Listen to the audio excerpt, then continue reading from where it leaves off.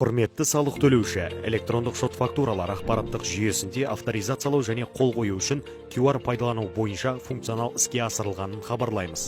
QR-ды пайдалану үшін электрондық шот фактуралар ақпараттық жүйесі порталында жүйеге кіру батырмасын басып, QR көмегімен кіру авторизация түрін таңдайсыз. Мобильді құрылғы арқылы eGov Mobile қосымшасын ашыңыз. Әрі қарай қосымшаның басты бетінде eGov QR батырмасын басыңыз. Содан кейін QR кодты сканерлеп қол қойыңыз. QR кодын электрондық құжаттарға қол қою үшін де пайдалануға болады.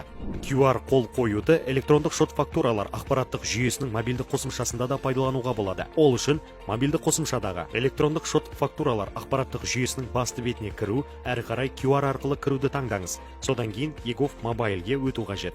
QR көмегімен электрондық құжаттарды ғана емес, сондай-ақ электрондық сандық қолтаңба пайдаланатын электрондық шоттық фактуралар ақпараттық жүйесіндегі әртүрлі параметрлерге қол қоюға болады. Техникалық қолдау қызметі 24/7 қолжетімді.